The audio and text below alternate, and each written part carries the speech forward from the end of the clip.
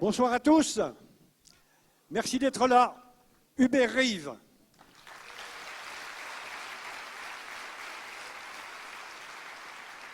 Hubert Reeves, on ne le présente plus. Vous le connaissez tous pour l'avoir lu, pour l'avoir entendu, pour l'avoir vu. Hubert Reeves, simplement, si je devais faire le parcours de sa carrière, le temps de la conférence ne serait pas suffisant. Donc on va faire dans le simple et dans le bref. Sachez que Hubert est canadien, né à Montréal. Il était successivement astrophysicien qu'il a reçu à l'Université de Montréal, c'est un BS d'astrophysique. Ensuite, un Master of Science au McGill University. Il a un PhD en écologie qu'il a obtenu à la Cornell University. Il était conseiller technique à la NASA dans les années 60, lors des programmes Mercury, Apollo, que vous avez tous connus, du moins certains d'entre nous, qui étions du siècle précédent. Enfin, au CNRS, il a travaillé de nombreuses années au Centre national de recherche scientifique et à Paris, au service d'astrophysique de Saclay. Il est professeur associé au département de physique de l'Université de Montréal. Il est président d'honneur, après avoir été président, de l'association Humanité et Biodiversité, qui correspond parfaitement bien à ses ambitions en matière écologique.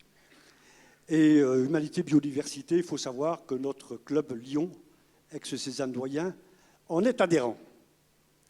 Enfin, ça vous le savez, vous l'avez vu tout à l'heure à l'entrée, il est l'auteur d'un nombre très impressionnant de publications, d'émissions de radio, de télévision. Les livres, il en a fait de tout, à la fois pour les jeunes, pour les compétents. Et moi, en ce qui me concerne, je suis tombé amoureux des étoiles en lisant Poussière d'étoiles. Poussière d'étoiles, c'était une révélation parce que je trouve que Hubert a une qualité extraordinaire, c'est son sens pédagogique. C'est incroyable ce qu'il est capable d'expliquer simplement des choses qui sont excessivement complexes. Donc, amoureux des étoiles et l'écoutant régulièrement à un festival, et je vous invite à y aller, ce festival de Fleurance dans le Gers, qui allie science et gastronomie dans une superbe région. Chaque année, au mois d'août, ce festival réunit bon nombre de scientifiques, astrophysiciens, cosmologistes, mathématiciens et autres, qui viennent volontiers parler de leur science, de leurs compétences, avec les jeunes, les moins jeunes et même les anciens.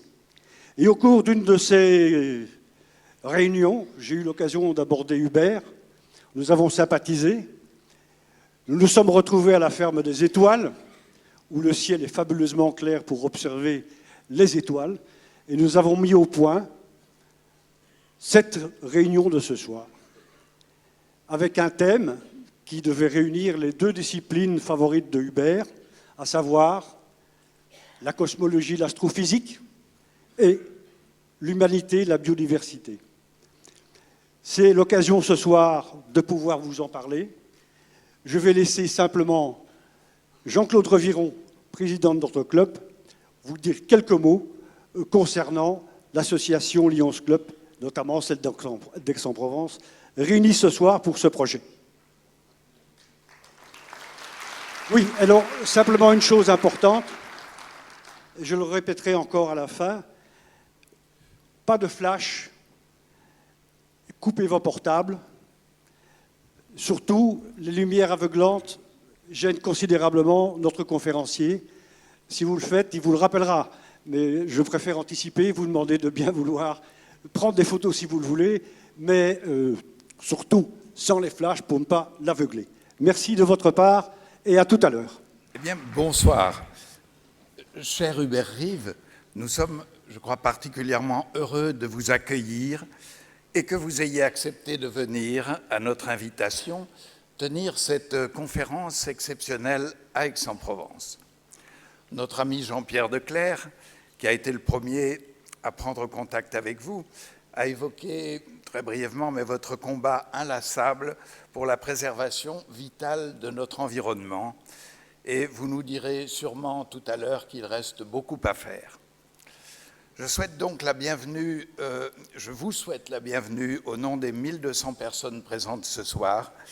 Et si nous nous réjouissons de voir cette salle comble, nous regrettons qu'affichant complet, un certain nombre de personnes n'aient pu entrer. Je précise que vous auriez dû, cet après-midi, aller rencontrer les élèves d'une classe du lycée Vauvenargues, mais vous n'avez pu arriver à temps à Aix, ce qui vous a contraint d'annuler cette rencontre, et nous avons pensé judicieux d'offrir des places gratuites pour qu'un certain nombre de ces élèves et leurs professeurs du lycée Vauvenargues puissent assister à cette conférence, et nous leur souhaitons une bonne soirée. Je vous souhaite aussi la bienvenue au nom des 3 clubs Lions d'Aix-en-Provence que sont Aix-Cézanne-Doyen, Aix-Mazarin et le jeune club Aix-Anco, dont les membres ont travaillé bénévolement à l'organisation de cette manifestation. Je précise que vous intervenez gratuitement et que les bénéfices de cette soirée seront reversés pour partie à l'association Humanité et Biodiversité, dont vous êtes le président d'honneur, et pour partie aux actions sociales de nos 3 clubs Lions, à savoir l'Institut médico-pédagogique des Parons qui scolarise des enfants handicapés, l'association Un Toit pour moi, spécialisée dans l'accueil des polyhandicapés, et Enfants de Main, qui est une association aixoise qui protège les enfants et les familles en situation de précarité.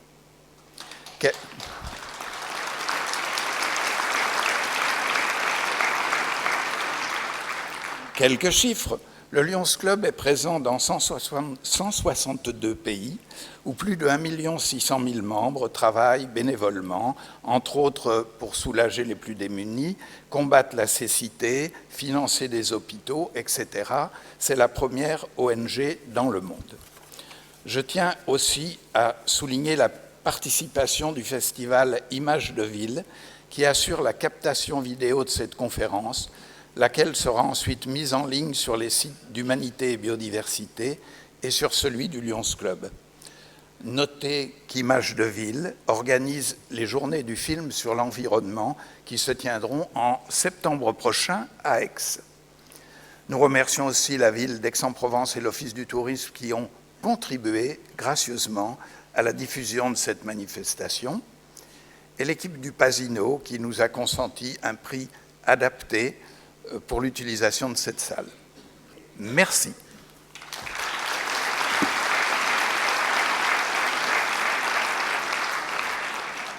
Voilà, excellente soirée à tous. N'oubliez pas, après la conférence, vous aurez l'occasion de dialoguer avec Hubert et de lui poser quelques questions. Il se lui fera plaisir d'y répondre et de satisfaire votre curiosité. Bonne soirée.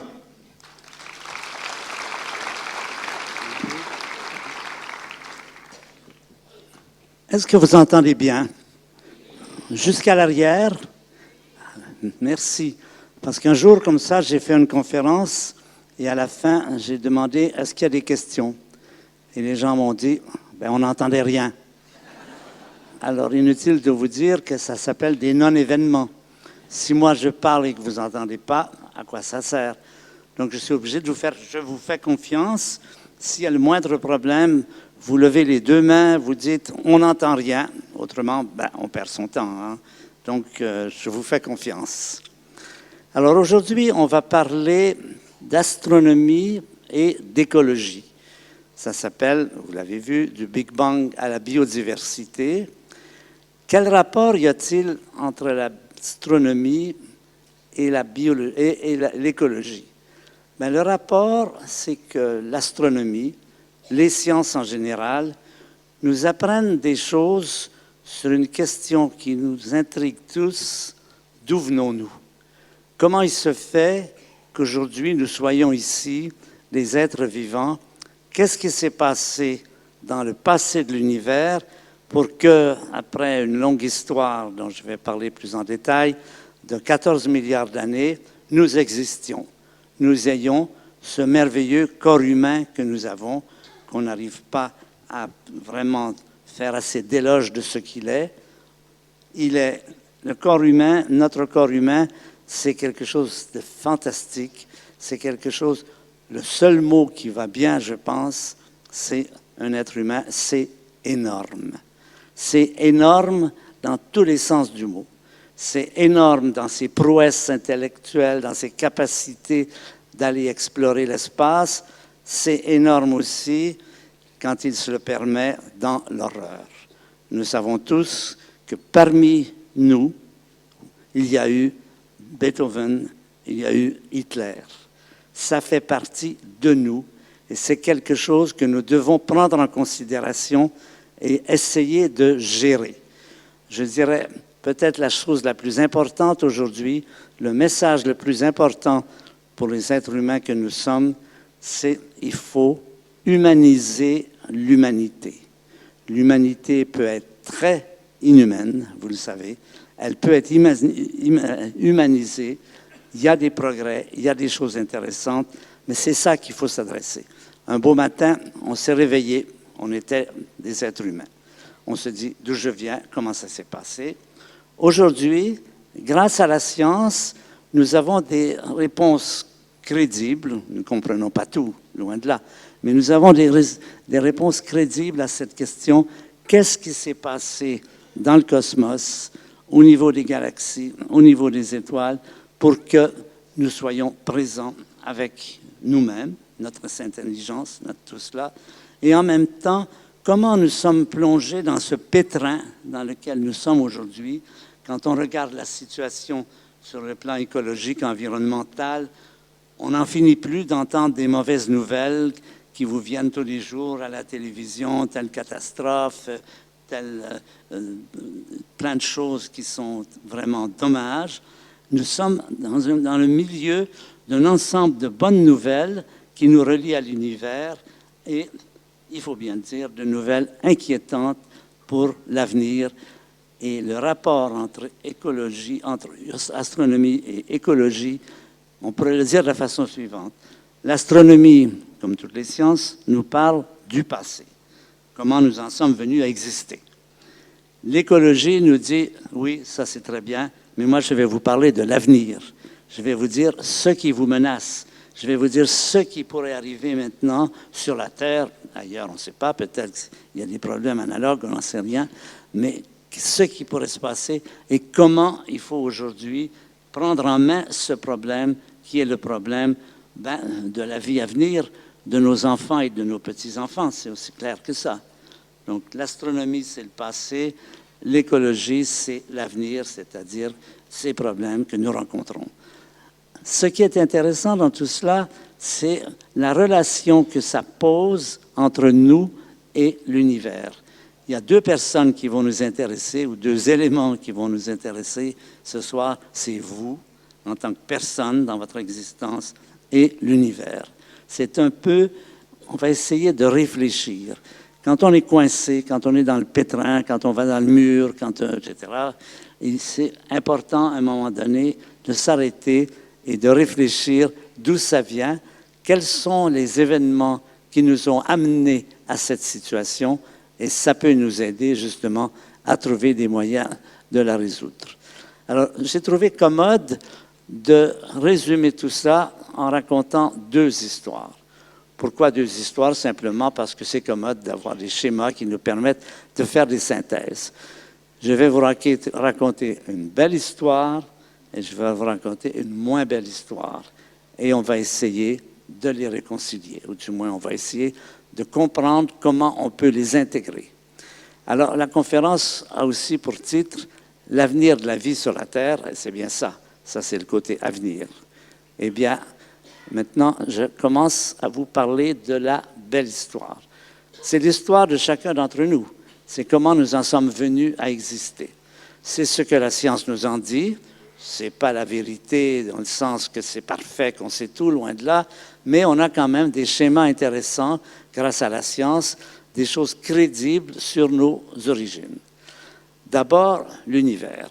L'univers, on a cru longtemps que l'univers existait depuis toujours. Aujourd'hui, nous avons appris que ça n'est pas vrai. Pourquoi vous éteignez là? Pourquoi vous éteignez les lumières? J'aime bien voir les lumières et voir les gens. Je ne vais pas être dans l'obscurité. Je vais vous raconter la belle histoire. Vous entendez plus? C'est mieux comme ça? Parfait. Très bien. Merci de protester. Vous avez tout à fait raison. Je vais commencer par vous raconter la belle histoire. La belle histoire, c'est l'histoire de l'univers. Nous savons maintenant que l'univers a une histoire. On a cru pendant longtemps, des milliers d'années, que l'univers existait depuis toujours, qu'il allait toujours exister. Nous savons, par des événements qui se sont passés au début du XXe siècle, que l'univers a un âge. Ça veut dire quoi? Ça veut dire que tout ce que nous savons sur l'univers se passe dans 14 milliards d'années. 13,8, le vrai nombre. Évidemment, la question que vous avez à l'esprit, c'est oui, mais avant, qu'est-ce qu'il y avait avant ces 14 milliards d'années? Eh bien, on n'en sait rien. Nous savons maintenant qu'il y a beaucoup de choses que nous ne connaissons pas. Généralement, quand les scientifiques vous parlent, ils vous racontent des choses qu'ils savent, mais ils ne vous disent pas qu'il y a beaucoup de choses qu'on ne sait pas. En voilà une, il y en aura d'autres. On ne sait pas ce qu'il y avait avant 14 milliards d'années, si même il y avait du temps. Est-ce qu'il y avait du temps avant 14 milliards d'années? On n'en sait rien. Cette histoire, donc, c'est la nôtre, c'est notre histoire, et on la découvre il y a environ au début du 19e siècle, quand un grand astronome qui s'appelle M. Edwin Hubble, qui a à sa disposition des nouveaux télescopes toujours plus puissants, observe les galaxies.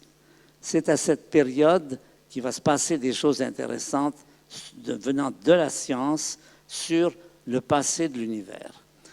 D'abord, il observe les galaxies. Les galaxies, vous savez ce que c'est. Nous habitons une galaxie qui est la Voie lactée. Nous en voyons à l'œil nu quelques-unes. Hubble découvre la dimension gigantesque de l'univers. Jusqu'à lui, on pense que l'univers, c'est pas très grand, le Soleil, la Lune, les étoiles. On découvre qu'il y a des galaxies. Alors, si vous n'êtes pas familier avec l'image des galaxies, voilà l'image d'une galaxie. C'est un ensemble d'étoiles. Ça peut contenir plusieurs centaines de milliards d'étoiles comme le Soleil. Hubble découvre qu'il y a beaucoup de galaxies et qu'en fait, le nombre de galaxies dans l'univers lui-même est voisin de centaines de milliards. Donc, il découvre que c'est un univers absolument gigantesque. Et je vais vous montrer un document récent qui va vous donner une idée de quoi ça a l'air, l'univers dans ses grandes dimensions, dans ses plus grandes dimensions. L'univers, il est fait de galaxies. Il y en a beaucoup. Et voilà ce document qu'il faut voir. Tout ce que vous voyez ici, tous les petits points que vous voyez dans cette image sont des galaxies comme celles que vous avez vues auparavant. Différentes, mais semblables. Ça, c'est le premier point. Nous vivons dans un univers absolument gigantesque. C'est le premier apport de M. Hubble. Mais il va en faire un autre encore beaucoup plus important et qui va changer toute notre vision du monde. Hubble, donc, avec son télescope, vous l'avez vu, regarde les galaxies. Qu'est-ce qu'il peut faire avec son télescope? Eh bien, il peut, par exemple, mesurer les distances, dire, voilà, telle ou telle galaxie est à telle distance, mais il peut aussi mesurer les vitesses, c'est-à-dire si les galaxies s'approchent ou s'éloignent. C'est la même technique que les flics sur l'autoroute, quand ils vous collent un PV parce que vous allez trop vite, ils se servent des ondes radio, et il peut, sur chaque galaxie, donner sa distance et sa vitesse. À quoi il s'attend? Eh bien, il s'attend à trouver qu'il y a des galaxies qui s'approchent, d'autres qui s'éloignent, un mouvement un peu aléatoire. Quand on fait la même chose avec les étoiles, il y en a qui s'approchent, il y en a qui s'éloignent, il y a de tout. Pour les galaxies, ce n'est pas ça du tout. Il va découvrir quelque chose de tellement stupéfiant qu'il ne va pas y croire lui-même. Ce sont ses étudiants qui lui ont dit « Non, non, vous avez raison ». Et c'est un phénomène très important. Il découvre que toutes les galaxies s'éloignent de la nôtre, toutes les galaxies s'éloignent les unes des autres dans un grand mouvement qui s'appelle l'expansion de l'univers. Je vais vous le montrer, illustré par un petit schéma. Voilà. Alors, imaginez ici, ça c'est l'œil de Hubble. Chaque petit point est une galaxie. Il trouve que toutes les galaxies s'éloignent de nous et s'éloignent d'autant plus vite qu'elles sont plus loin. Petite distance, petite vitesse, grande distance, grande vitesse. C'est ce mouvement organisé de l'univers, et n'en concluez pas que nous sommes le centre du monde, parce que toutes les galaxies verraient la même chose. Où que vous soyez dans l'univers, si vous observez le monde autour de vous, vous allez voir que les galaxies s'éloignent. C'est ce qu'on appelle l'expansion de l'univers, et c'est ce qui nous a appris quelque chose d'important, c'est que le passé était différent du présent. Évidemment, si les galaxies s'éloignent, dans le passé, ils étaient plus proches. Et dans le futur, elles sont plus loin. Il se passe quelque chose dans l'univers. Ce qui se passe, c'est justement cette expansion qui fait que, contrairement à ce qu'on croyait depuis Aristote, l'univers n'est pas immobile, statique, stationnaire.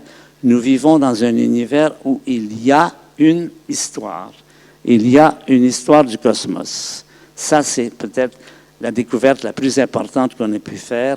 Nous ne sommes pas dans ce cosmos statique, fixe qu'on croyait. C'est un cosmos qui est en mouvement, qui s'enfle, si on peut dire, qui devient de plus en plus grand. Bon, il est peut-être infini, ça ne veut peut-être rien dire qu'il devient de plus en plus grand, mais en tout cas, l'expansion, ça veut dire que si vous regardez une galaxie et que vous mesurez cette distance, elle s'éloigne de vous, et elles s'éloignent d'autant plus vite qu'elles sont plus loin, et c'est l'histoire du cosmos.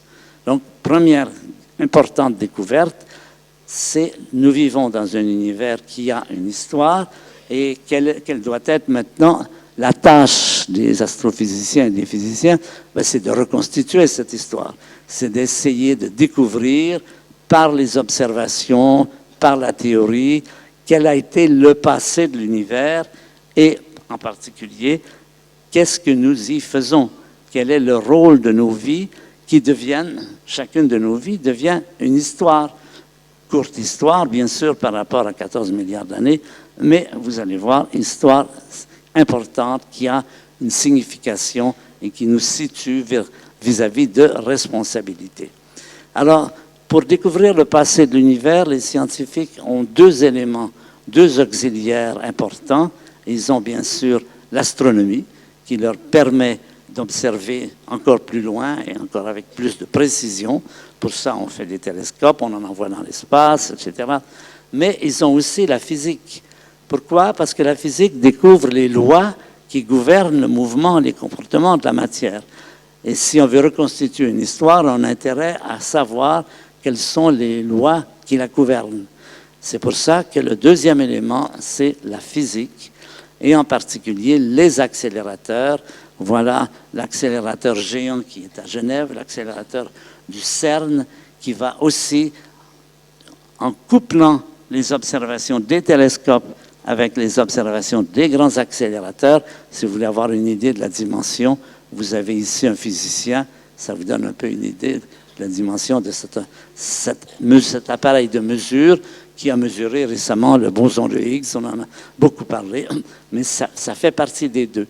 Donc le travail des astrophysiciens et des physiciens, ça va être de coupler l'astronomie avec la physique pour raconter une histoire, c'est-à-dire qu'est-ce qui s'est passé dans le passé. Et là arrive un autre événement, mais celui-là qui est tout à fait fortuit, que personne n'avait prévu et qui a été d'une importance capitale, c'est autour des années 1965, c'est pas très ancien, une découverte qui est ce que nous allons appeler le rayonnement fossile, c'est-à-dire c'est une image en direct de ce qu'était l'univers tout près de ses débuts. Ça, c'est arrivé par beaucoup de chance. Ça a été découvert en 1965 par deux ingénieurs à la Bell Telephone. J'étais à cette période à New York quand ça s'est passé, qui cherchaient tout autre chose. Ils avaient développé des radiotélescopes assez primitifs, vous les voyez là dans le fond, dont le but était de détecter les satellites. C'était la période où on faisait les premiers satellites, les Sputnik, les Vanguard. Le problème, c'est qu'on les envoyait dans le ciel et on les perdait. On n'avait plus de contact avec eux. Alors, ces ingénieurs ont eu pour mission de faire un instrument qui permette de garder le contact avec les satellites.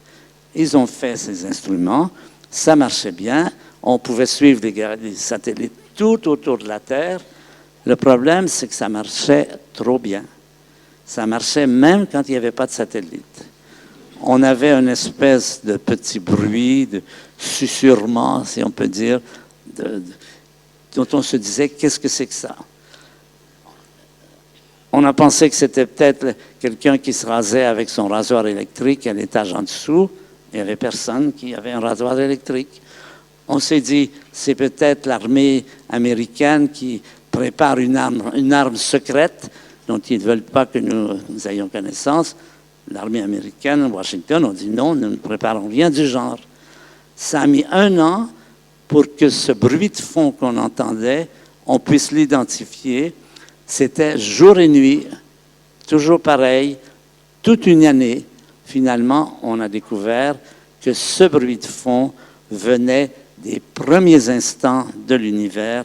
C'était un bruit radio qui était comme un bruit qui provenant justement de ce début de l'univers, qui confirmait très bien cette idée que l'univers a une histoire et qu'on avait la chance d'avoir un document datant des temps les plus anciens.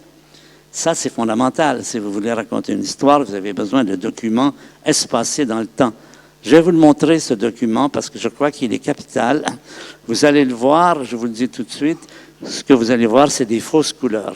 Il n'y a pas de couleurs dans les ondes radio. C'est exactement comme les ondes que vous recevez sur votre télévision.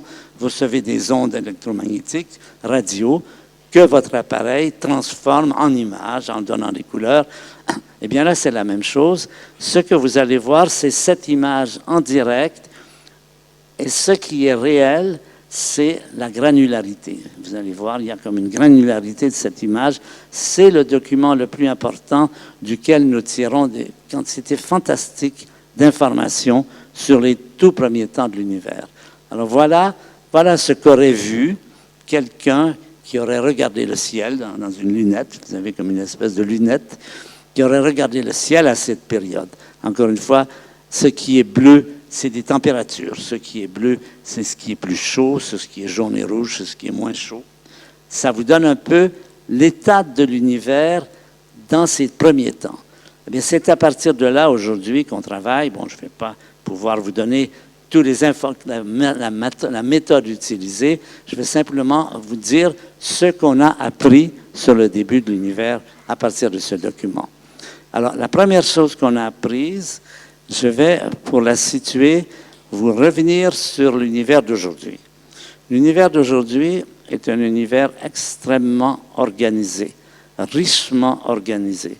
Nous vivons dans un monde où il y a des structures, des systèmes, pratiquement à toutes les dimensions. Vous avez vu les galaxies, gigantesques galaxies. La lumière met 100 000 ans à les parcourir. Ce sont des structures très organisées, avec des étoiles qui tournent, etc. Si on descend maintenant dans les dimensions de l'espace, on arrive ensuite aux étoiles. Il y a dans l'univers des étoiles en quantité, des rouges, des bleus, des vertes. Et puis, quand on diminue, quand on va vers les dimensions encore plus faibles, on arrive aux planètes, aux satellites, la Terre, les comètes, tout ça. On continue, on arrive à la vie. Sur la Terre, en tout cas, nous avons une quantité extraordinaire, une variété des millions d'espèces vivantes, dont nous sommes une espèce, mais des chats, des chiens, enfin, vous connaissez tout ça. On continue en dimension, on arrive aux bactéries, aux virus. Là aussi, il y en a des centaines de mille. Et puis, on arrive aux molécules, les molécules géantes, l'ADN qui forment notre génome. les molécules plus simples, comme l'eau, le gaz carbonique, le méthane, l'ammoniac, les atomes qui forment ces molécules, l'hydrogène, le carbone, toute la table de Mendeleïev, le fer, l'or, le plomb, tout ça. On arrive encore à des dimensions plus petites, les noyaux des atomes qui eux-mêmes composent des protons, sont composés de protons et de neutrons, qui sont eux-mêmes des structures qui sont formées dans des particules encore plus fines qu'on appelle les quarks, Q-U-A-R-K. Donc nous vivons dans un univers formidablement organisé avec des systèmes à toutes les dimensions. Eh bien, ce qu'on découvre sur l'univers le plus ancien, c'est que c'est totalement différent. L'univers le plus ancien est sans structure. Il n'y a pas de galaxie, il n'y a pas d'étoiles. Oui, vous n'entendez pas bien? Ah, vous êtes bien de me le dire. Je vais essayer de parler plus près. Ça va maintenant? Bon, alors je vais essayer de rester. L'univers le plus ancien est totalement sans structure. Il n'y a pas de galaxie, il n'y a pas d'étoiles, il n'y a pas de planète, il n'y a pas d'être vivant, pas d'être humain et de chat et de chien. Il n'y a même pas de microbes, de virus, il n'y a même pas de molécules géantes, même pas de molécules simples, même pas d'atomes. Il n'y a pas de carbone, il n'y a pas d'oxygène, il n'y a pas d'azote, même pas de protons et de neutrons. Tout ce qu'il y a, c'est ce que nous appelons des particules élémentaires, qui sont comme les lettres de l'alphabet par rapport à la littérature, des particules élémentaires dans une espèce de magma incandescent à des très hautes températures qui se refroidit progressivement. Et cela nous raconte quelle est l'histoire de l'univers. Ben, c'est l'histoire de la matière qui s'organise. C'est comment cet univers totalement instructuré au tout premier temps a progressivement donné naissance à toutes ces structures, en commençant par les plus petites, les atomes, les molécules, sur la Terre, peut-être ailleurs, on ne sait pas, sur la Terre des cellules vivantes, des êtres vivants, chacun d'entre nous. Vous voyez, on a en résumé l'histoire de l'univers, c'est comment il est passé de ce magma incandescent, grâce aux lois de la physique que nous apprenons grâce aux accélérateurs, comment il a donné naissance à toutes ces structures organisées. C'est ce qu'on appelle la pyramide de la complexité. La pyramide de la complexité, vous allez la voir ici, c'est l'ensemble des étapes. L'univers du premier temps est composé seulement de ces particules élémentaires.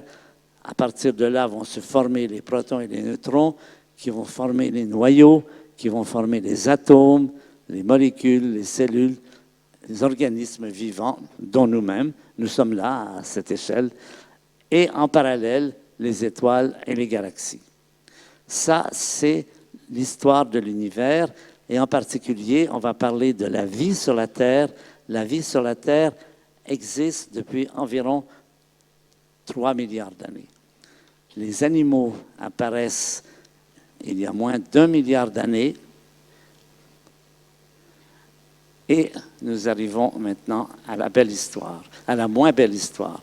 Donc la belle histoire, c'est nous sommes, nous, êtres humains, un produit de cette nature, mettez des guillemets autour de nature, de cette nature qui, dans les galaxies, dans les étoiles, a pu s'organiser, se structurer selon des lois connues et que nous puissions apparaître. Et je vais vous donner un exemple de ce que nous sommes. Le corps humain est composé de particules élémentaires. Le nombre de particules élémentaires dans le corps humain, tenez-vous bien, c'est voisin de 1 avec 29 zéros. 29 zéros, électrons et quarks, c'est ce dont nous sommes fabriqués. Ces électrons et ces quarks étaient déjà présents au tout premier temps de l'univers, mais dans un état totalement dissocié. Ils se baladaient comme des boules de billard sur une table de billard. Ils entraient en collision et progressivement se sont structurés jusqu'à ce que ces particules de votre corps que vous douchez le matin deviennent capables. Alors je vais vous faire faire peut-être la plus grande prouesse qui a été faite dans l'univers jusqu'ici. Je vous propose de fermer les yeux et de dire « j'existe ». De dire « je prends conscience de mon existence ». Je suis dans le monde, je suis à une conférence d'astronomie. Ce que vous venez de faire, cette prouesse, c'est la plus fantastique prouesse qui a été produite dans l'univers, qui est bien au-delà de ce qui vous fait gagner des médailles d'or et d'argent aux Jeux olympiques. Cette prouesse, c'est précisément une manifestation de ce qui s'est passé dans l'univers jusqu'ici, c'est-à-dire comment, grâce aux explosions d'étoiles, aux collisions de galaxies, il y a eu cette évolution qui a permis à la vie d'apparaître sur la Terre, d'évoluer, et puis il y a environ 7 millions d'années, l'apparition de ce qui va causer notre moins belle histoire. Alors, qu'est-ce qui s'est passé il y a 7 millions d'années? Il s'est passé qu'une espèce, un animal, a acquis une forme supérieure d'intelligence. Le voilà. C'est, en autant qu'on sache, le chimpanzé. Pourquoi sommes-nous descendants des chimpanzés? Personne ne sait. Ça aurait pu être les dauphins. Qu'est-ce qui s'est passé pour que tout d'un coup, cet animal qui jusque-là était assez ordinaire parmi les animaux, tout d'un coup a reçu un cadeau. Alors imaginez les bonnes fées qui distribuaient des cadeaux dans la Belle au bois dormant. Voilà une bonne fée qui passe par là, avec sa baguette, donne à cet animal l'intelligence. Évidemment, ce n'est pas comme ça que ça s'est passé. Ça reste un mystère profond. Les anthropologues n'ont pas de théorie crédible de comment ça se fait que cette espèce a reçu ce cadeau qui, pour vous donner un exemple, les oiseaux, il y en a qui savent compter. Il y a des corneilles qui comptent jusqu'à 9. Mais entre compter jusqu'à 9 et écrire la théorie de la relativité d'Einstein, vous voyez qu'il n'y a rien de commun. Il y a une telle démesure dans l'intelligence humaine par rapport à toutes les autres espèces animales que c'est un fait, on s'en rend compte, c'est ce qui s'est passé et c'est ce qui va maintenant nous amener à la moins belle histoire. La moins belle histoire, ça va être de raconter le rôle de l'intelligence dans la destinée humaine.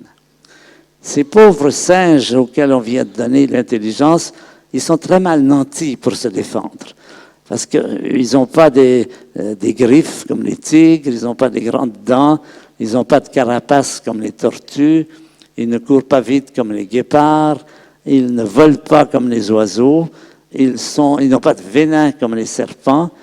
Confrontés à la réalité du temps qui est manger et ne pas être mangé, c'est ça la vie à cette période, toujours d'ailleurs, une réalité fondamentale de toute la vie, c'est manger et ne pas être mangé. Eh bien, qu'est-ce qu'ils vont faire? Ils sont mal nantis, mais ils ont l'intelligence et ils vont développer des armes. Ils vont développer des armes et on va parler de l'évolution des armes. Les humains, en autant qu'on sache, apparaissent en Afrique. Maintenant, ça l'a bien confirmé. Il y a autour de 7 millions d'années. C'est un peu vague d'abord parce que ce n'est pas spontané, ça prend un certain temps, ça prend une évolution. Mais ils sont faibles, mal armés pour se défendre, et ce qui va les sauver, c'est leur intelligence. C'est-à-dire, ils vont pouvoir faire des armes. Ils vont faire, au début, évidemment, des armes assez primitives, des dards avec des pierres taillées. Puis, comme ils sont vraiment intelligents, ils vont faire aussi des arcs et des flèches. Ça permet d'aller plus loin. Ils vont faire des canons, ils vont faire des chars d'assaut, et un beau jour, ils vont faire des bombes atomiques. Ils vont faire exploser ces bombes atomiques. Et il s'est passé... Alors, je vais vous raconter un événement qui s'est passé il n'y a pas très longtemps. C'était le 23 octobre 1983. La plupart d'entre nous étaient déjà présents.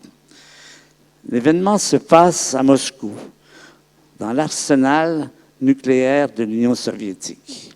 Un homme qui s'appelle Stanislas Petrov, maintenant c'est devenu un héros, vous allez comprendre pourquoi, parce que nous lui sommes très redevables. Cet homme est aux commandes de l'arsenal nucléaire. Il a le bouton rouge devant lui, et s'il pousse le bouton, les ogives nucléaires de l'Union soviétique, il y en a plusieurs dizaines de milliers, se mettent en action. Il reçoit un message venant de ses quartiers généraux qui lui dit « Les Américains viennent de lancer 5 ogives nucléaires. Ils seront ici dans 15 minutes. » C'est ça le temps que ça prend pour aller des États-Unis jusqu'à la Russie, l'Union soviétique, 15 minutes. C'est à vous de décider. C'est vous qui avez la responsabilité de ce qui va se passer maintenant, ayant cette information. M. Petrov réfléchit, évidemment, et il ne fait rien. Quand on lui a demandé après coup, pourquoi vous n'avez rien fait, il a dit, je n'avais pas envie de déclencher une guerre nucléaire qui aurait pu exterminer l'être humain. Et c'est bien ça. Les arsenaux étaient tellement puissants à cette période que les militaires avaient développé un terme pour décrire la puissance des arsenaux. Ça s'appelait « the overkill power », la puissance de surtuer. Qu'est-ce que ça veut dire? Ça ne veut rien dire. Mais en pratique, ça veut dire ceci.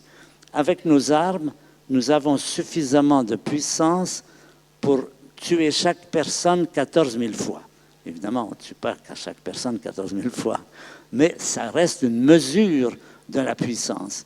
Si cet homme avait poussé ce bouton, il est vraisemblable, bien qu'on ne peut jamais savoir, que l'humanité aurait pu être éliminée et que nous ne serions plus là. Eh bien, ça, c'est ce qui s'est passé. Il a dit, j'ai pensé que ce n'était pas une bonne idée. Il a été blâmé, il a été puni, mais heureusement, après coup, il a été récompensé. Il a gagné des médailles. Vous trouverez tout ça sur Internet, si vous voulez. Stanislas Petrov, ça vaut la peine de le regarder, parce que c'était des événements sur lesquels il vaut la peine de réfléchir. On peut dire, qu'est-ce qui se passait à ce moment-là? Il se passait que cette intelligence, qui avait joué un rôle très positif dans l'évolution de l'humanité, en permettant à l'humanité d'exister dans des conditions difficiles, son rôle avait changé. C'était maintenant ce qui menaçait d'extermination de l'espèce humaine. Vous voyez comment l'intelligence devient le centre de ce qui est important. L'intelligence, aujourd'hui, nous menace et c'est le problème que nous avons rencontré. Et c'est ce qui a provoqué ce qu'on appelait la guerre nucléaire. La guerre nucléaire aurait pu disparaître, l'humanité aurait pu disparaître. Aujourd'hui, il n'y a plus une menace nucléaire comme ça. On ne sommes plus dans ces scénarios, mais ça pourrait revenir. Ce n'est pas garanti. Il y a encore la Corée qui parle de ses bombes, l'Afghanistan. Nous devons réfléchir sur ce que ça veut dire, ce qui s'est passé et comment l'envisager, comment arriver à ne pas être exterminé, identifier la cause de ce qui nous menace, qui toujours est, en définitive, ce sont toujours nos propres armes. Je vais parler aujourd'hui maintenant d'un autre aspect. Comme vous savez, la SNCF dit « un train peut en cacher un autre ». Eh bien, maintenant, la guerre nucléaire, la terreur nucléaire est temporairement, espérons pour toujours, calmée, mais il arrive qu'il y a une autre menace qui est précisément l'environnement. Sur l'environnement, nous avons une position tout à fait analogue. Tout ce qui nous menace aujourd'hui, le réchauffement climatique, la destruction de la biodiversité, la pollution, l'acidification de l'océan, la stérilisation des sols par des pesticides, c'est aussi des produits de notre intelligence. c'est parce que nous avons fabriqué des instruments qui maintenant nous menacent. Aujourd'hui, notre influence, grâce à notre intelligence, est à l'échelle de la planète. Et voici une image qui va assez bien l'illustrer. Ça, c'est vu du ciel, la nuit, notre planète. Ce qui est en jaune, ce sont les autoroutes, les éclairages urbains. Ce qui est en rouge, ce sont les torchères qui brûlent le méthane. Ce qui est en mauve, ce sont les feux de forêt, la déforestation qui se produit rapidement. Et regardez bien maintenant, est-ce que vous voyez ici une petite tache verte? Qu'est-ce que c'est dans la mer du Japon? Qu'est-ce qui est vert? Ça, c'est un quiz pour vous. Qu'est-ce qui est vert dans la mer du Japon et qu'on peut voir de 400 km? Rappelez-vous qu'on est sur des sondes, des satellites qui sont à 400 km. Qu'est-ce qu'on peut voir de 400 km et qui luit de cette façon? Est-ce que vous avez des hypothèses? Parlez plus fort, s'il vous plaît. Est-ce qu'il y a des idées? Rappelez-vous, non, c'est en permanence, hein, c'est pas Hiroshima. Comment vous avez dit?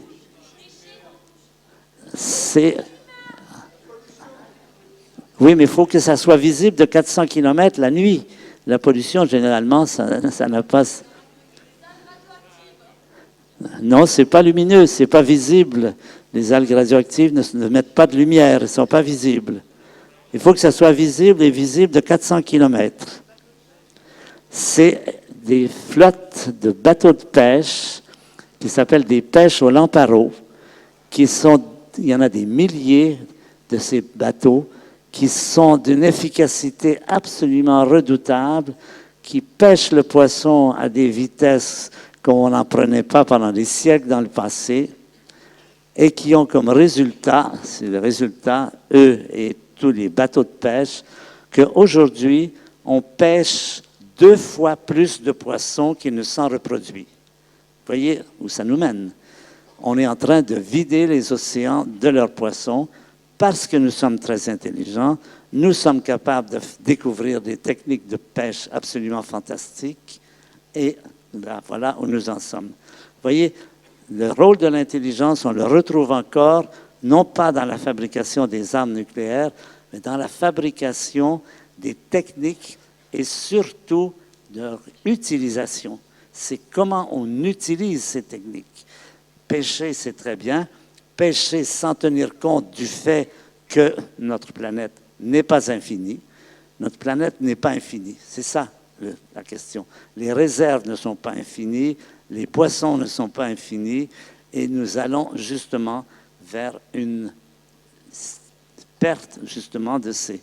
Alors, je vous ai mis là le dessin d'un astronome égyptien qui s'appelait Ératosthène, qui a été le premier à mesurer la circonférence de la Terre et à montrer effectivement que la Terre n'est pas infinie.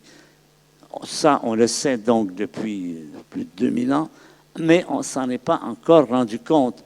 On commence à prendre conscience de ce que ça veut dire que nous ne vivons pas dans une planète infinie, c'est-à-dire que notre influence est à l'échelle de la planète. Et le mode d'utilisation de tout cela est ce qui est problématique aujourd'hui. Tous les problèmes d'environnement, d'écologie sont toujours tournés autour de comment nous utilisons tout cela. Par exemple, on a brûlé à peu près la moitié du pétrole.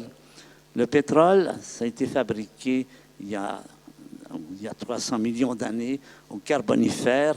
La Terre a mis environ 100 millions d'années pour fabriquer le pétrole. Nous, on en a brûlé la moitié en environ un siècle. Vous voyez comment notre comportement n'est pas à l'échelle de la Terre. Nous sommes trop, les êtres humains, je vous le dis, nous sommes énormes et nous sommes menacés par notre énormité. Nous sommes capables de faire des choses, bombes atomiques, bateaux, qui nous menacent parce qu'ils sont démesurés. l'être humain est quelque chose de démesuré. Ça, il faut bien le reconnaître. Alors, je vous donne un exemple. Voici, par exemple, nous brûlons du pétrole, nous rejetons du gaz carbonique. Depuis la fin de la guerre environ, nous avons multiplié les nombres de voitures, du transport énormément. Nous augmentons la quantité de gaz carbonique dans l'atmosphère. Qu'est-ce qui arrive de ce gaz carbonique? Eh bien, il monte dans l'atmosphère. Et cette image va vous illustrer un peu. Ça, c'est ce qu'ont photographié des cosmonautes qui partaient pour la Lune. Et ça, c'est la face sombre de la Terre, c'est la face nuit de la Terre au moment d'un coucher de soleil. Alors, ce coucher de soleil, par diffusion, illumine l'atmosphère. Et là, vous voyez comment nous sommes confinés à une toute petite bande, 100 km environ, dans laquelle nous déchargeons des quantités toujours plus grandes de gaz carbonique. Le gaz carbonique, par exemple, souvent on regarde un peu l'évolution temporelle. Alors ça, c'est un diagramme dans lequel on part du Moyen Âge, environ 1100 ici, jusqu'à aujourd'hui, et ça, c'est la quantité de gaz carbonique dans l'atmosphère. Alors vous voyez que pendant toute la période, ici, il ne se passe pas grand-chose. On arrive ici vers 1950 et hop, ça se met à monter. Total, c'est le réchauffement climatique qui a pour effet d'augmenter la température de 1860 à 2000. Je n'ai pas les derniers résultats, mais on dit que l'année 2015, le mois de mars 2016 a été le plus chaud dans toute l'histoire. On bat continuellement des records, on augmente la température. Quel effet? Eh bien, voilà, le Groenland en 1992. Ce qui est noir, c'est la partie déneigée. Voilà la partie déneigée en 2002. Et là aussi, ça a augmenté.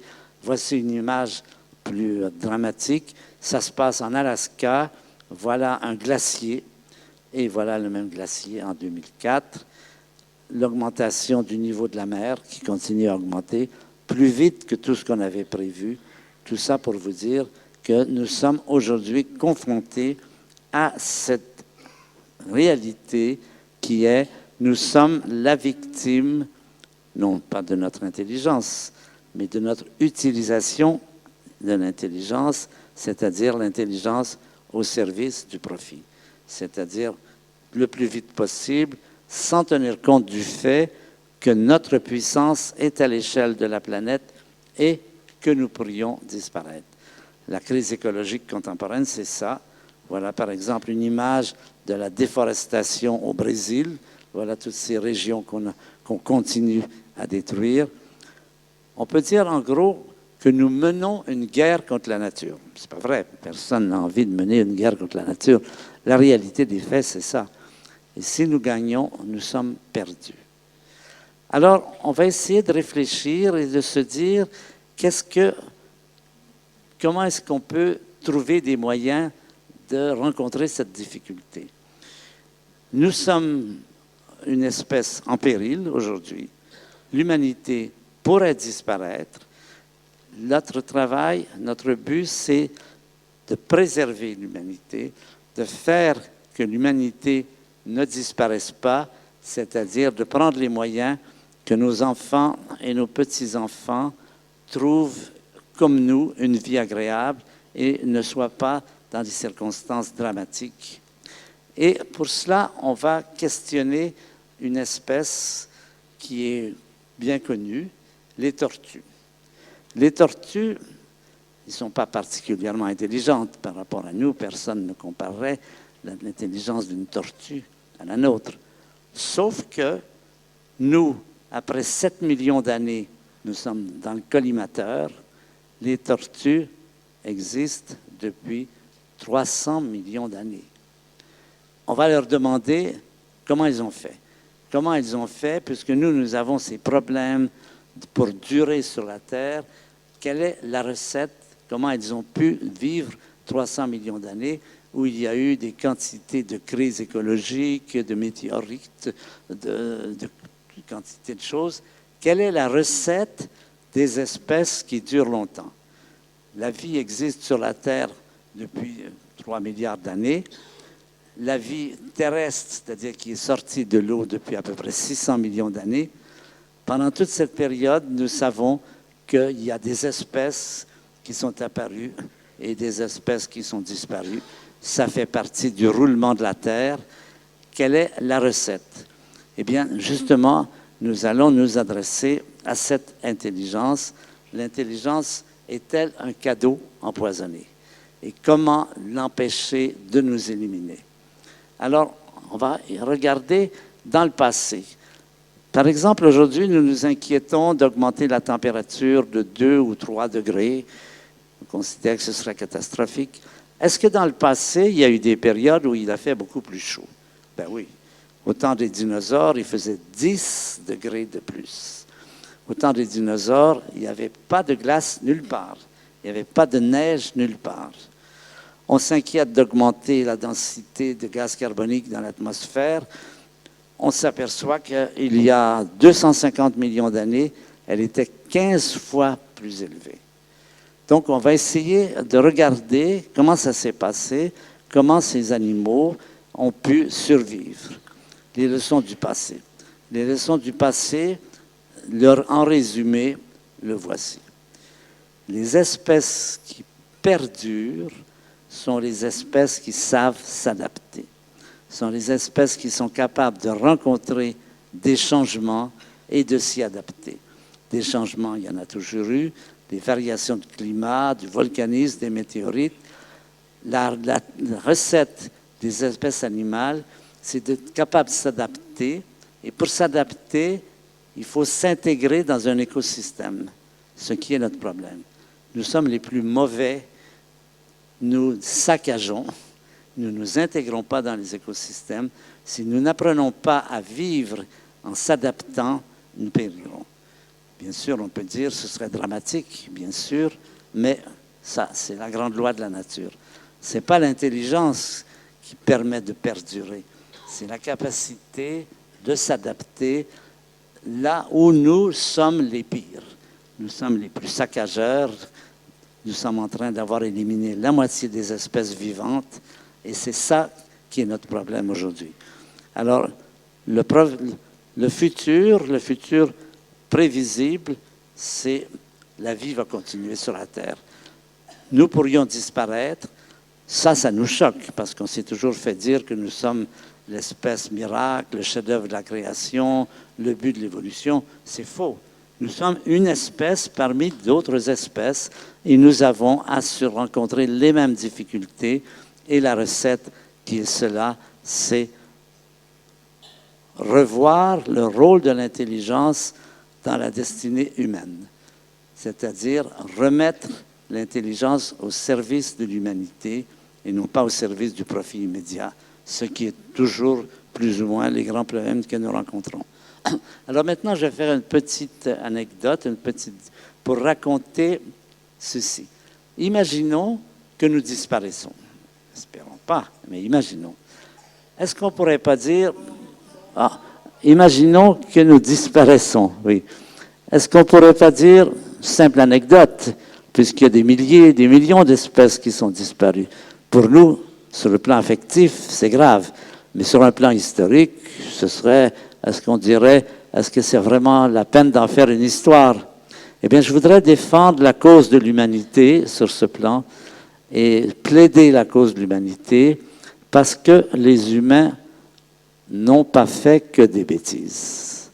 Les humains ont fait des choses qu'aucune autre espèce n'a pu faire et qui disparaîtraient inexorablement si nous devions disparaître.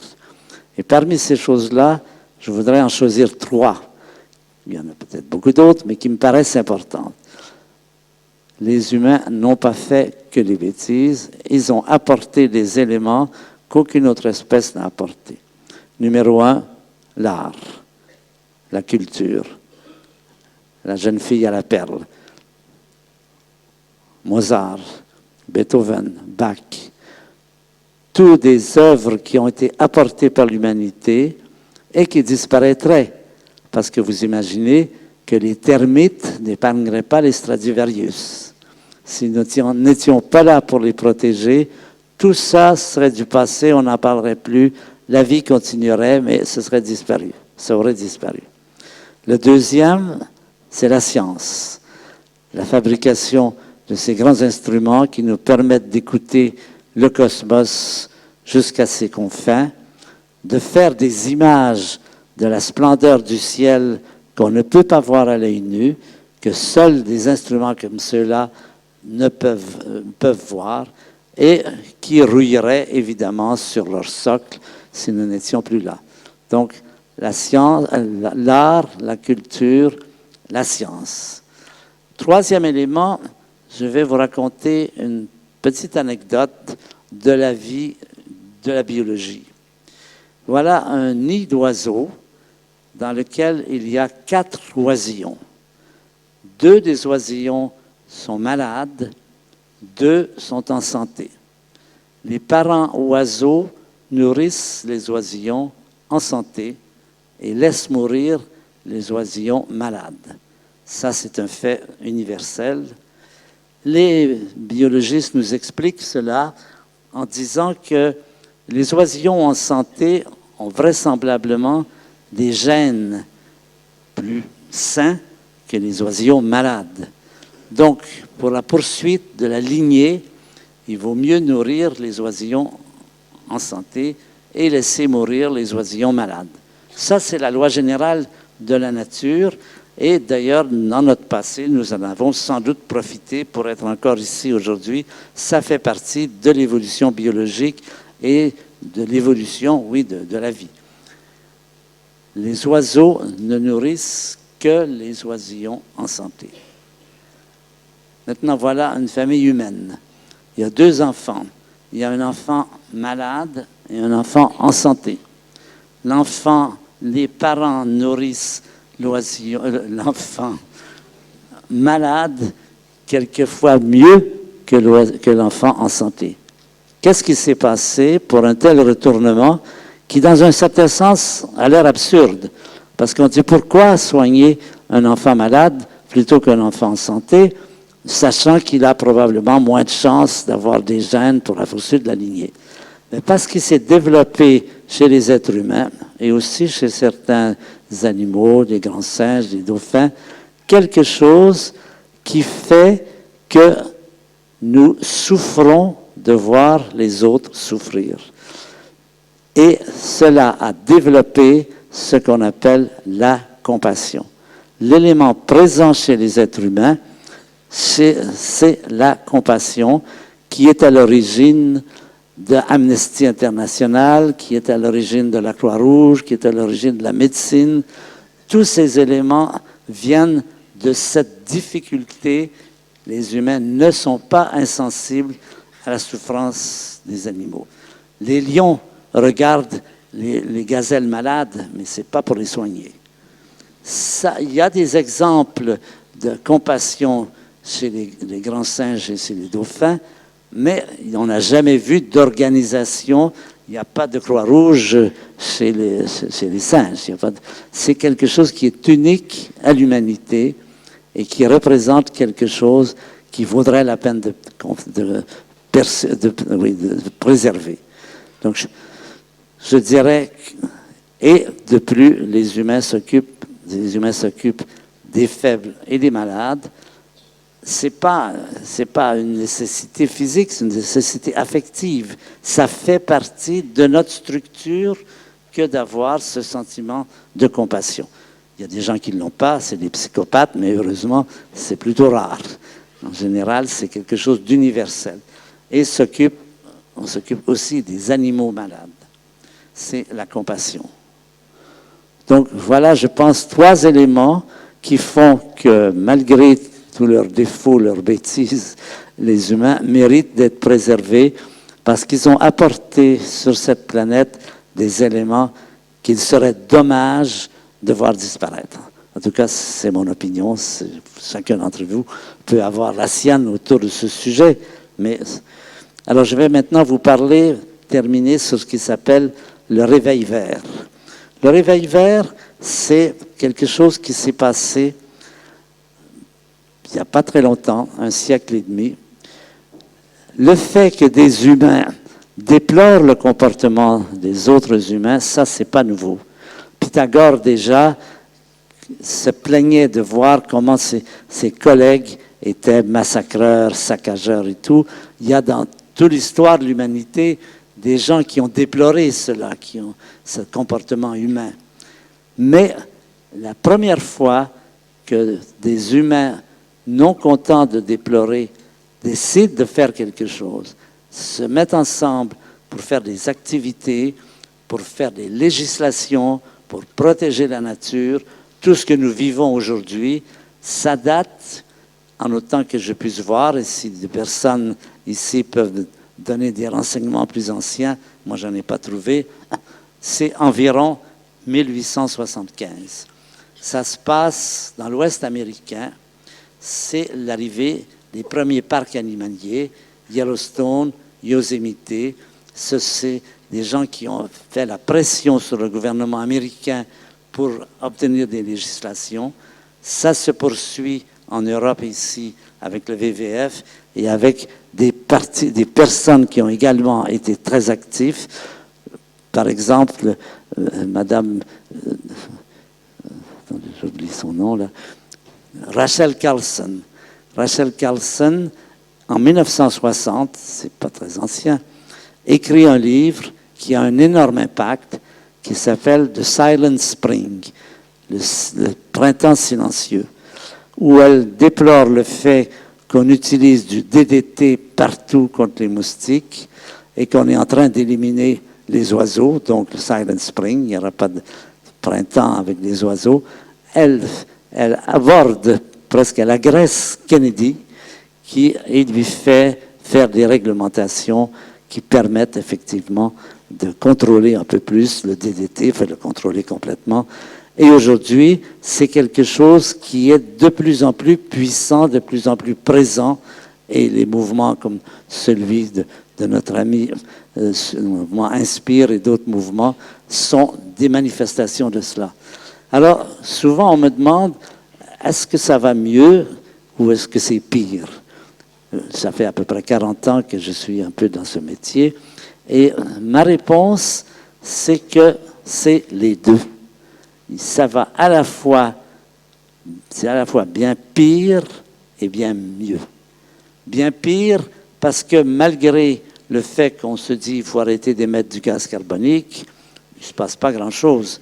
On augmente la quantité de gaz carbonique de 2 à 3 % par année, sachant qu'il faudrait la réduire de 75 %.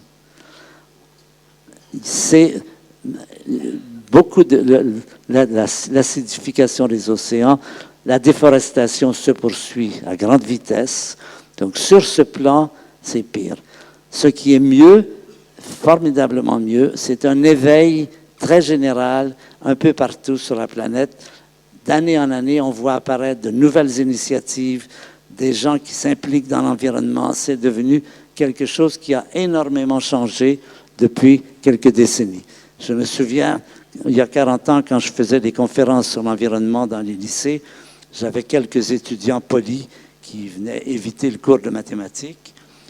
Aujourd'hui, j'arrive dans un lycée, il y a des posters partout, il y a des composts, les gens sont très éveillés à cela. Donc je pense qu'on peut dire que nous sommes dans un conflit majeur entre deux grandes forces, une force de détérioration qui se poursuit, une force au contraire de restauration qui a donné lieu par exemple aux grandes conférences internationales, Rio, récemment la COP 21 à Paris. Ce sont des éléments qui sont positifs et ce qu'il faut développer aujourd'hui, un des problèmes les plus importants, c'est l'espèce de morosité autour de ce sujet. Beaucoup de gens disent « c'est foutu ». Ma réponse, c'est foutu quand vous dites c'est foutu. Tant qu'il y a quelqu'un qui y croit, qui agit, qui fait quelque chose, qui fait comme si ça pouvait donner quelque chose. Ce que sera l'avenir, on ne sait pas. Comment sera cette planète dans 30 ans? C'est pas loin, 30 ans. On ne le sait pas. Ça pourrait être bien mieux, ça pourrait être bien pire. Il faut avoir cette volonté de dire on fait ce qu'on pense qu'il faut faire, quoi qu'il arrive, peut-être ça ne donnera rien, peut-être ça donnera quelque chose. Je crois que c'est l'attitude qu'il faut prendre aujourd'hui. J'aime bien comparer la situation à 1940, quand les Allemands gagnaient partout et qu'il y avait un homme que j'admire particulièrement, Churchill, qui disait non, c'est non. Et ça, c'est l'attitude qu'il faut prendre. C'est-à-dire de dire on continue, quoi qu'il arrive, mais si on abandonne, c'est foutu. Donc voilà l'attitude que je veux essayer de répandre. Moi, j'ai été, mais encore, président d'une association qui s'appelle Humanité et Biodiversité. On a choisi de développer cette cause, la cause de la biodiversité, qui n'est pas une cause... Évidemment, tout le monde a entendu parler du réchauffement climatique. La biodiversité, ça n'est pas aussi visible. La disparition des vers de terre, qui se poursuit très rapidement et qui stérilise les sols, ça ne fait jamais la une des journaux ou ça ne fait jamais les JT de la télévision. C'est quand même quelque chose qui est très présent. Donc, je pense que c'est l'attitude qu'il faut prendre aujourd'hui, c'est-à-dire il faut à tout prix sauver l'humanité. Voilà, je vous laisse là-dessus. Merci.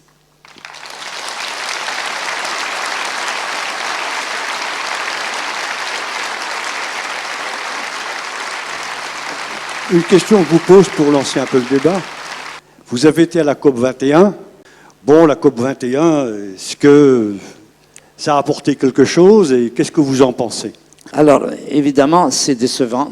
On s'y attendait. On n'attendait pas que ça allait résoudre tous les problèmes. Mais il y a un point fondamental qui a été acquis. Je pense que ça va rester historique. C'est le fait que 195 pays, donc pratiquement toute la planète, a été d'accord pour le point suivant. Il y a un problème. C'est un problème grave et c'est un problème qu'il importe de résoudre. Ça, c'est tout à fait nouveau. C'est la première fois, je dirais, dans l'histoire de l'humanité, que la Terre entière, à peu près, se manifeste d'accord sur un point, sur un objectif. Et ça, c'est une étape importante. Alors, ce que ça donnera après, j'en sais rien. On est un peu déçu de voir que le Sénat américain a reculé par rapport à ce qu'Obama avait proposé. Mais le point important, c'est d'établir ce qui s'appelle une gouvernance. Le problème de la Terre, c'est que les problèmes sont globaux. Le réchauffement, c'est toute la planète. Mais il n'y a pas d'autorité exécutive qui prend des décisions à l'échelle des problèmes. Il y a les Nations Unies, l'UNESCO, mais c'est plutôt consultatif, législatif. Il faut arriver à avoir une unité et de plus qu'il ne soit pas dictatorial. Le grand danger, c'est l'Empire romain. L'Empire romain, ça commence bien, on a une démocratie, puis un jour, ça devient un empire et il n'y a plus de participation. Il faut une autorité, on appelle plutôt qu'un gouvernement, on parle de gouvernance. Ça veut dire que c'est participatif, c'est démocratique, c'est-à-dire qu'il n'y a pas, tout n'est pas entre les mains de une ou quelques personnes, comme c'était le cas dans l'Union soviétique et dans beaucoup d'autres cas. Et ça, c'est quelque chose d'acquis. Enfin, c'est une première manifestation d'une volonté à l'échelle planétaire d'avoir une gouvernance. Prenons par exemple les océans. Les océans, comme vous savez, chaque pays a sa bande nautique autour de lui, mais pratiquement les 2/3 des océans sur la planète n'ont aucune législation. Il n'y a pas de gouvernance. Il y a quelques éléments qui se profilent autour des câbles sous-marins, mais en gros, sur l'océan, vous faites ce que vous voulez. Et ça ne peut pas durer, évidemment. Si on veut sauver la planète, il faut qu'il y ait des gens responsables qui prennent des décisions qui puissent être imposées, c'est-à-dire un pouvoir exécutif, pas purement consultatif. Donc sur ce plan, je pense que COP21 restera historiquement cette première manifestation d'une volonté à l'échelle planétaire. Le problème, le cas, c'était le réchauffement climatique. Il fallait d'abord admettre qu'il existe. Maintenant, on l'admet. il fallait également arriver à la conclusion qu'il est dû à l'industrie humaine. On a eu longtemps ces climato-sceptiques qui disaient « ouais, on ne sait pas ». Bon, aujourd'hui, heureusement, à peu près tout le monde est d'accord pour dire que l'activité humaine est l'élément majeur du réchauffement et que c'est là que se situe le problème. Donc voilà, je pense ce que je pense de la COP 21, c'est quand même un grand moment, bien que ça a été, au point de vue des décisions, assez décevant. Alors, je crois que tout à l'heure, il y a un jeune étudiant qui est venu me voir en me disant « j'aimerais bien poser une question à Hubert Reeves, parce que je suis très intéressé. » Bon, je crois que c'est un étudiant assez brillant, qui vient même, je crois, du lycée Vauvenargues, que je vois ici, et qui souhaite effectivement poser une question à Hubert. Bonjour. Bonjour. Je voulais vous demander si vous pensez que la découverte récente des ondes gravitationnelles va bouleverser notre vision de l'univers. Alors, d'abord, je vais dire un mot sur les ondes gravitationnelles. Jusqu'ici, quand on observe le ciel, toutes nos connaissances en astronomie nous viennent de la lumière. C'est cette lumière qui nous vient des étoiles, des galaxies, qui nous apprend. C'est notre moyen de connaître l'univers. Nous savons depuis Einstein qu'il y a un autre moyen analogue qui s'appelle les ondes gravitationnelles. Les ondes gravitationnelles, c'est comme une lumière numéro 2, mais qui n'éclaire pas les mêmes phénomènes, mais des phénomènes différents.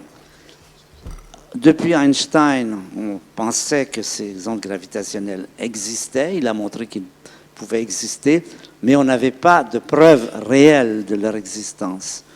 Aujourd'hui, depuis cette période, nous avons découvert qu'avec des télescopes totalement différents, on peut détecter des ondes gravitationnelles qui viennent du ciel pour nous. Alors, j'aime bien faire cette comparaison.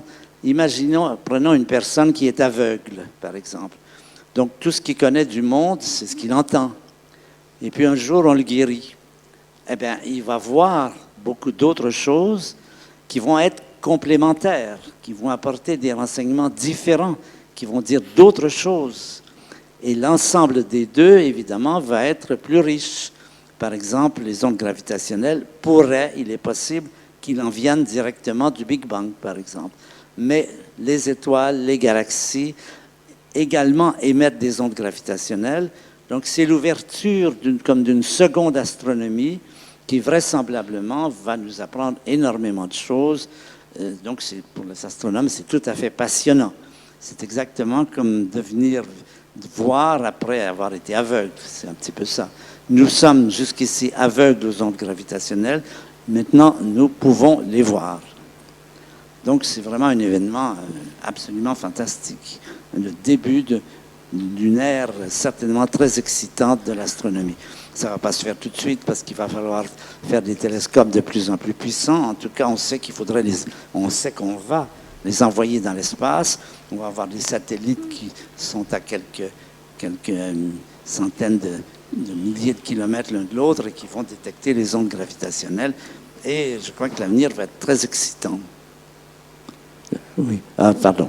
L'avenir va être très excitant parce que on va découvrir encore plein de choses, sans doute. Mais on ne sait pas quoi. L'intérêt de la chose, c'est qu'on ne sait pas quoi, justement. Un jour, on lui avait demandé de remplir un formulaire pour faire un programme de recherche. Et dans ce formulaire, c'était écrit « Écrivez ici ce que vous pensez que vous allez découvrir ». Et il a écrit « Si je le savais, je ne le ferais pas ». Bonsoir, Monsieur Reeves. Quel est l'impact de l'effet de serre sur les océans et que pouvons-nous faire, nous, en tant que citoyens de base, pour contribuer à une amélioration? Alors, l'effet de serre, il y a deux solutions possibles. La première, c'est de diminuer notre chauffage et nos voitures. Ça sera certainement requis. Il faudra diminuer la quantité de gaz carbonique. Une autre solution qui est envisagée, c'est de séquestrer le gaz carbonique, c'est-à-dire l'empêcher d'aller dans l'atmosphère. Parce qu'aussi longtemps qu'il est séquestré, il ne nuit pas. Donc, il faut trouver des moyens, et ça c'est beaucoup étudié un peu partout, par exemple, on ne peut pas le faire avec les voitures parce que chacun ne peut pas mettre Mais au point de vue des réacteurs thermiques, est-ce qu'on ne peut pas capturer le gaz carbonique? Ça, on peut faire, mais on a fait quoi? Alors, c'est ça le problème. Où est-ce qu'on le met? Alors, par exemple, on a dit, ben, on peut peut-être le mettre là où il y avait du pétrole, parce qu'on a vidé ces espaces, mais le problème, c'est est-ce que c'est vraiment étanche? Est-ce que vous êtes sûr qu'il ne va pas ressortir ailleurs? Il faudrait le faire aussi à grande échelle, parce que si on arrive à séquestrer qu'1 ou 2%, ben, ce n'est pas grand-chose. Il faudrait séquestrer au moins 50%. Il y a beaucoup d'études qui se font là-dessus. Je ne connais pas de cas, de scénarios vraiment intéressants pour l'instant. Ça reste... Parce que le problème, quand vous essayez de résoudre un problème comme cela, c'est d'être sûr que la solution que vous apportez ne va pas causer plus de problèmes que celui que vous essayez de résoudre. Et dans la plupart des cas, on a des choses qu'on a fait, on s'est aperçu que non, ce n'était pas ça. Par exemple, il y a eu à un moment donné, on va jeter de la limaille de fer dans l'océan. Ça a été fait. Pourquoi? Parce que si on jette de la limaille de fer dans l'océan, ça va accroître la naissance, la production de plancton. Or, le plancton est précisément ce qui absorbe le gaz carbonique. C'est le moyen par lequel la respiration du plancton absorbe le gaz carbonique. Alors, on a eu la bonne idée d'essayer. Donc, on a jeté quelque part en Australie beaucoup de limailles de fer. Résultat, ça a produit des toxines qui empoisonnaient les poissons. Vous voyez, c'est toujours le principe de précaution. Avant de se lancer dans un nouveau projet, assurez-vous que votre idée ne va pas faire plus de mal que de bien. On en est là. Il n'y a pas aujourd'hui de véritable recette qui marche pour la séquestration du gaz carbonique. Peut-être on en trouvera. C'est l'espoir qui est présenté, à mon avis, un peu exagéré, mais on verra bien. En tout cas, la place est là pour l'innovation et les jeunes qui veulent inventer, bien là, vous avez des champs de possibilités. Comment séquestrer le gaz carbonique à l'échelle de la planète pour que ça compte. Bonsoir. Donc moi j'aurais une question parce que j'ai compris qu'on pouvait sauver l'humanité, au moins espérer de le faire, en s'appuyant sur quelques violons, sur beaucoup de compassion et sur de la science. Alors j'ai une question qui est mondialo-régionale si on veut, puisqu'on n'est pas loin de l'endroit où on fait ITER. J'aimerais connaître la position écologiste et aussi celle du scientifique sur cette solution pour une énergie, finalement le soleil sur Terre, ou du moins c'est comme ça qu'on l'appelle. Et avant d'y arriver, parce que c'est quand même pas pour demain, qu'est-ce qu'on peut faire? Et est-ce que cette solution est une solution juste rêvée ou bien possible?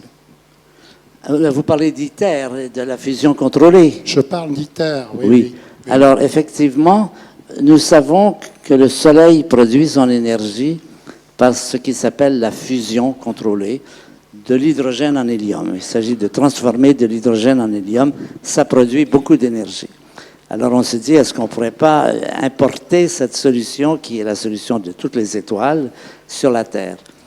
Le problème, c'est qu'il faut créer des températures extrêmement élevées. Au centre du Soleil, il fait 15 millions de degrés. Pour fabriquer de la fusion contrôlée sur la Terre, il faudrait atteindre 80 millions de degrés avec des techniques qui sont nouvelles.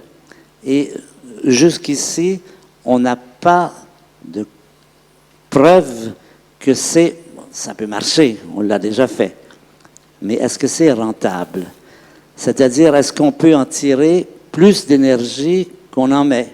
Autrement, ça n'a pas d'intérêt. Il s'agit justement d'une source d'énergie civile. Aujourd'hui, on met à peu près 100 fois plus d'énergie qu'on en tire, mais bon, est-ce que ça peut s'améliorer? La question est ouverte. Il n'est pas certain qu'on puisse rentabiliser l'énergie nucléaire de fusion sur la Terre. ITER, c'est justement son but. C'est d'essayer d'abord de montrer que c'est rentabilisable, parce que ce n'est pas la peine de faire une économie énergétique sur une recette dont on n'est pas sûr qu'elle va marcher. Il faut avoir d'abord la conviction qu'elle va marcher, si elle marche, et c'est ça justement le but de ITER. Voilà, c'est ça. On ne sait pas, mais ça vaut la peine d'essayer. C'est le but du processus, d'essayer de voir si on peut la rentabiliser.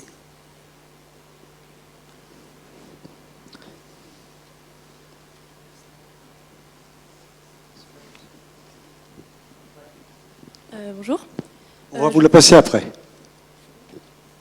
Oui. Je voulais savoir, est-ce que pour vous, c'est les scientifiques qui ont une certaine responsabilité c'est-à-dire que est-ce que les scientifiques devraient forcément agir pour ces problèmes-là? Est-ce que quelqu'un a compris? Je suis désolée. Moi, je ne l'ai pas comprise. Donc, si quelqu'un la comprend, si vous voulez... En fait, c'est comprendre comment est-ce que les physiciens qui travaillent dans les centres de recherche, en quoi ils participent à l'écologie, pour trouver des solutions aux problèmes dont vous avez parlé auparavant. Il y a beaucoup on ne peut pas dire les physiciens, il y a des physiciens, des scientifiques.